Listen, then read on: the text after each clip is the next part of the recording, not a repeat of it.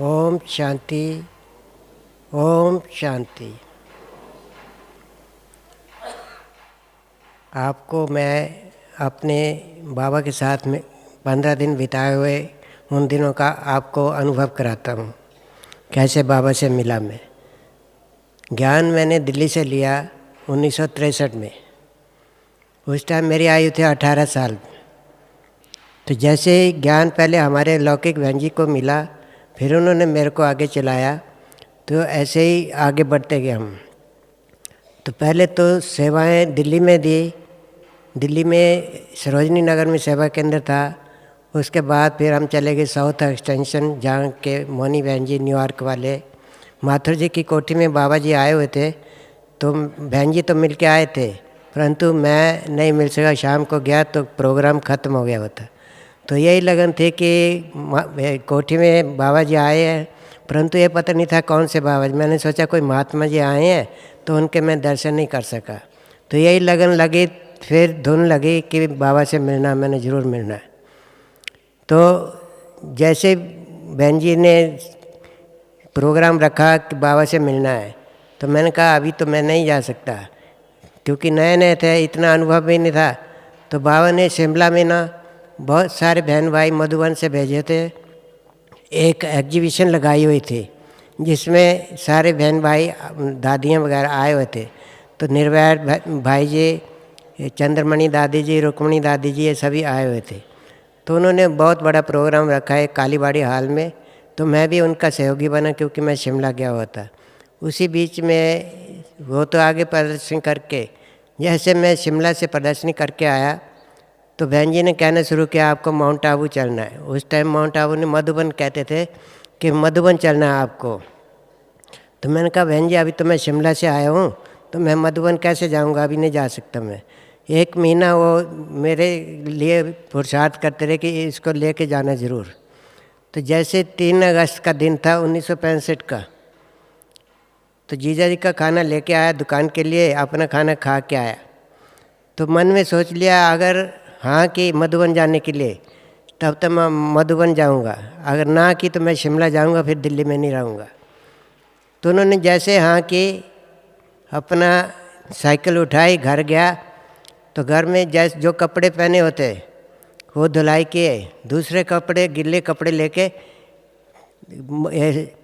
Railway station चले गया। तो उधर बहन जी बैठे हुए इंतज़ार कर रहे थे गाड़ी में। तो जैसे गाड़ी में बैठे हम, लक्ष्मी बहन जी थे मोहम्मदपुर वाले, अभी तो शरीर छोड़ दिया उन्होंने।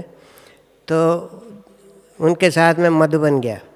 तो मधुबन में जैसे ही कहते थे कि बाबा की एक बैलगाड़ी आती है सामान लेके ना, वो फिर सारे सामान लेके मधुबन में जाते थे। तो जैसे हम मधुबन में पहुँचे तो विश्वरत्न दादाजी खड़े थे, जहाँ ईशु बहन जी का, ईशु दादी का ऑफिस है।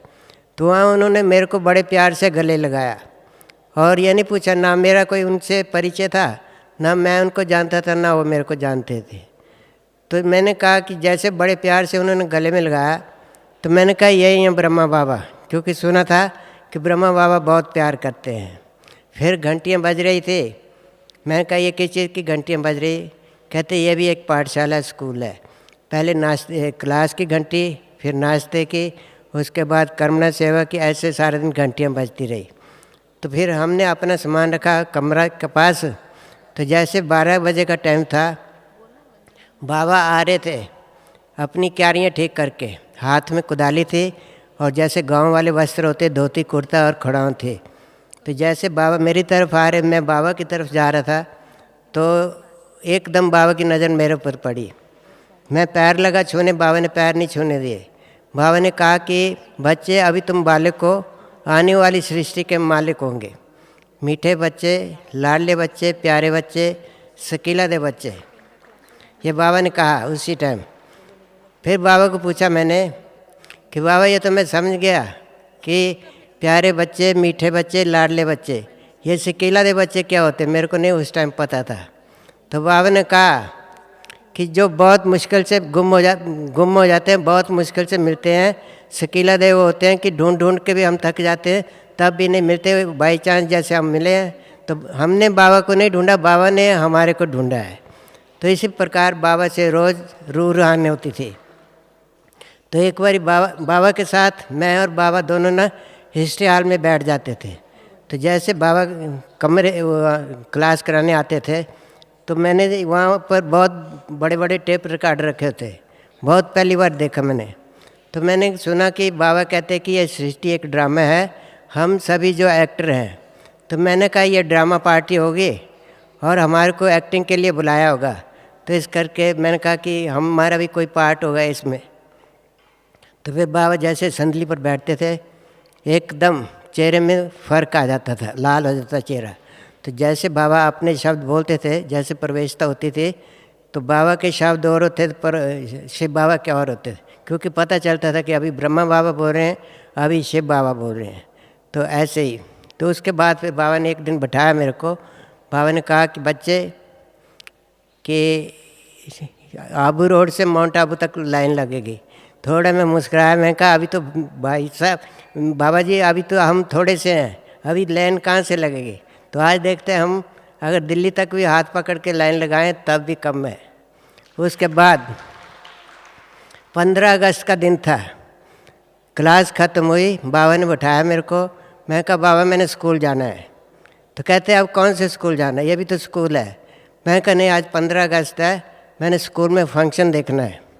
सारा फंक्शन देख के आया, स्कूल ढूंढा, पहले फंक्शन देख के आया। जैसे फंक्शन देखा फिर बाबा ने बिठाया मेरे को। कहते क्या देखा, तो जो कुछ देखा मैंने सब बताया। तो उस टाइम हमारा झंडा नहीं होता था शिव बाबा का। तो बाबा ने कहा शिव बाबा का झंडा निकलेगा, गली गली घर घर में झंडा लहराया जाएगा, गली गली में झंडा लहराया जाएगा, देश विदेश में झंडा लहराया जाएगा। जब सब धर्म वाले एक हो जाएंगे, सबके झंडे एक हो जाएंगे, हिंदू मुस्लिम सिख ईसाई, तो जब लाल किले पर झंडा लहराया जाएगा तब समझो कि सत्य की शुरुआत हुई की हुई। तो अभी 2 साल से तो लहरा रहे हैं लाल किले पर। तो जब ये तिरंगे की जगह ना शिव बाबा का झंडा लहराया जाएगा तभी समझो कि सत्युग शुरू हो गया। उसके बाद तो मैं शिमला चले गया, बाबा से मुलाकात होती रहती, पिकनिक भी की बाबा के साथ, बैडमिंटन भी खेला, झूला भी झूला, बाबा की गोदी में बैठा। फिर बहन जी पहले समझा के रखते थे कि बाबा पूछेंगे कि बच्चे पहले भी आए, तो हाँ करनी है कि हाँ बाबा पहले भी आए थे। तो बाबा के सामने मैंने कहा कि झूठ कैसे बोलेंगे हम तो नहीं आए पहले। तो बाबा पूछेंगे हाँ बच्चे कल पहले भी आए थे, हाँ बाबा आए थे। तो बाबा बहनें समझा के रखती थी कि बाबा के सामने बोलना हाँ बाबा कल पहले भी आए थे। तो फिर उसके बाद तो फिर बाबा से मुलाकात होती रही। तो ऐसे ही फिर जैसे ये सारा कार्यक्रम हो गया तो उसके बाद मैं शिमला चले गया। तो शिमला में जो भी सेवाएं चलती थी, पत्र व्यवहार होता था बाबा के साथ, चिट्ठी लिखता था, एकदम जवाब आता था। तो 3 4 5 6 चिट्ठियाँ भी आई मेरे पास। तो तब से ज्ञान में चला हूँ, कुमार हूँ और शिमला सेवा केंद्र पर रहता हूँ।